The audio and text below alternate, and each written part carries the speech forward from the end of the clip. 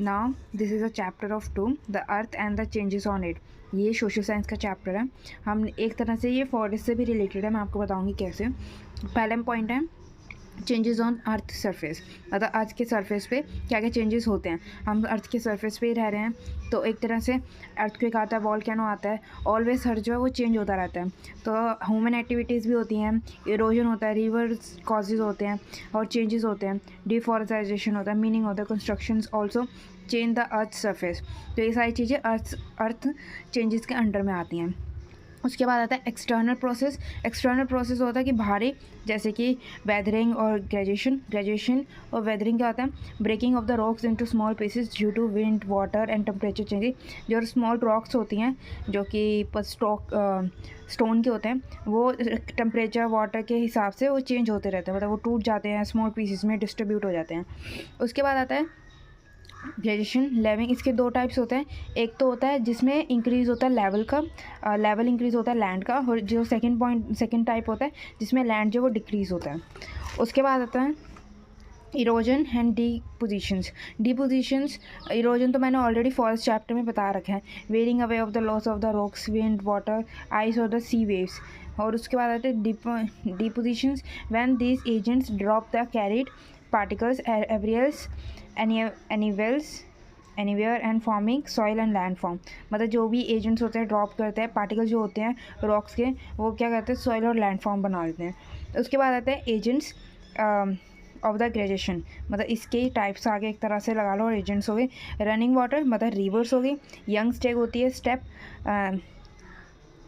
Mountains, high जो कि V shape में वैलीज होती हैं, वाटरफॉल्स होती हैं। अब हम आगे बढ़ते हैं, जो कि आगे भी फॉर्म दे रखी हैं। उसका जो सेकंड पॉइंट दे रखा है मिच्योर स्टेज। मिच्योर स्टेज में होता है slower flow forms of meanders होता है कफ पार्ट जो होते हैं वो। उसके बाद old age, large and slow moving forms, deltas, Ganga Brahmaputra delta is the largest.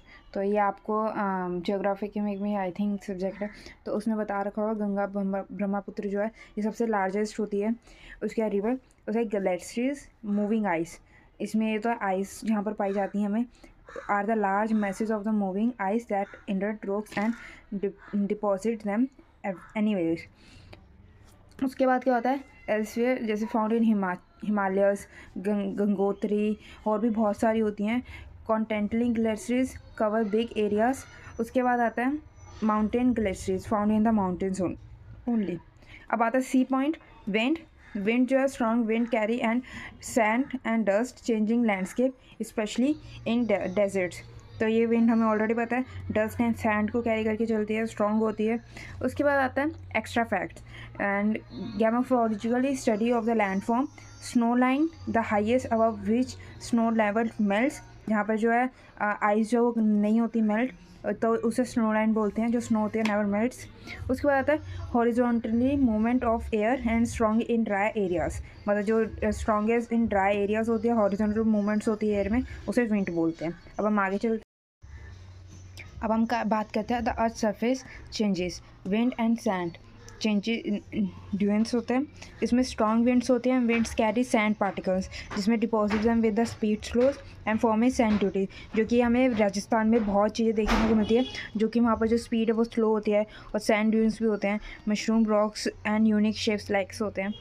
And उसके बाद आता है सी वेव्स एंड कस्टल चेंजेस। ये मैंने आपको फॉरेस्ट चैप्टर में बता रखा है। सी वेव्स होते हैं कंटिन्यूसली स्ट्रेक्ट रॉक्स होते हैं, breaking them in the forming cliffs, and cliffs होते हैं the eroded material is the deposit like creating beaches. जो कि होते हैं जो सी वेव्स होते हैं, कस्टल एरिया होते हैं, वहाँ पर हमें फॉरेस्ट चैप्टर मैंने आपको पढ़ा रखा था कस्टल चेंजेस कहाँ होते हैं, कस्टल एरिया कहाँ होते हैं, जहाँ पर जो बीचेस होते हैं, सीज होते हैं, वहाँ पर पाए जाते हैं, ओशंस हो गए वो। अब हम आगे बढ़ते हैं, अब हम ह्यूमन इम्पैक्ट ऑन लैंड देखेंगे, जो कि एक तरह से बिल्डिंग्स बन रही हैं, फॉरेस्ट को हम कट कर रहे हैं, सिटीज़ बन रही हैं, इंडस्ट्रीज़ बन रही है, ओवर पॉपुलेशन हो रही है, इंडस्ट्रियलाइजेशन हो रही है, जिससे डिस्टर्ब हो रहा है इन्वायरमेंट। उसके बाद है सस्टेनेबल डेवलपमेंट, ये हेल्प करता है इकोनॉलॉजिकल बैलेंस को। उसके बाद है सॉइल कितने जो अर्थ सरफेस होता है मेड ऑफ द ऑर्गेनिक में आता है animals and plants, and inorganic में आता है रॉक्स, पार्टिकल्स मैटर। उसके बाद आता है humans, dark decomposer matters and fertiliser. उसके बाद आता है सॉइल के फॉर्मेशंस कितनी होती हैं। सॉइल की फॉर्मेशंस जो होती हैं, एक तरह से टाइप्स ऑफ सॉइल का फॉर्मेशन आपकी बुक में भी एक इमेज दे रखी होगी, जो कि break down into a small particles carried by the wind water and deposit and elsewhere. देखिए सॉइल के जो छोटे छोटे पार्टिकल्स होते हैं वो कैरी होते हैं वाटर से, विंड से, तो वो कहीं और चले जाते हैं, तो उसके थ्रू ये सॉइल फॉर्मेशन होती है। ये आपको इमेज दे रखी होगी बुक में। उसके बाद है types of soil in India. इसकी मैंने यहाँ पर टेबल बना रखी है, एक बार आप रीड डाउन करना। एक होता है alluvial soil, black soil, red soil, laterite soil and desert and mountain soil. तो मैंने शॉर्ट फॉर्म में आपको टेबल प्रोवाइड किया है, एक बार आप रीड डाउन करना।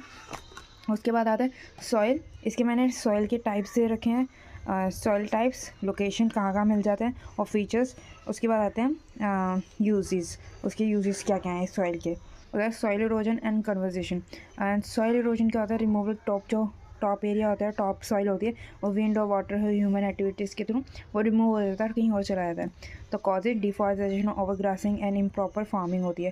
सोल्यूशन क्या होता है, प्लांटिंग कर सकते हैं हम, क्रॉप रोटेशन कर सकते हैं, मल्टीपल क्रॉप्स लगा सकते हैं एंड सॉइल मैनेजमेंट कर सकते हैं। This is the chapter. यहाँ पर ये ख़त्म होता है चैप्टर, और मैंने नोट्स प्रोवाइड करे हैं आपको बहुत अच्छी तरह। अगर आपको थोड़ी सी भी हेल्पफुल लगी हुई वीडियो तो प्लीज़ शेयर करें अपने दोस्तों के साथ, और आप ये दोबारा देखें और इसके नोट डाउन करें नोट्स अपनी नोटपैड में। Thank you so much for watching this video. Bye.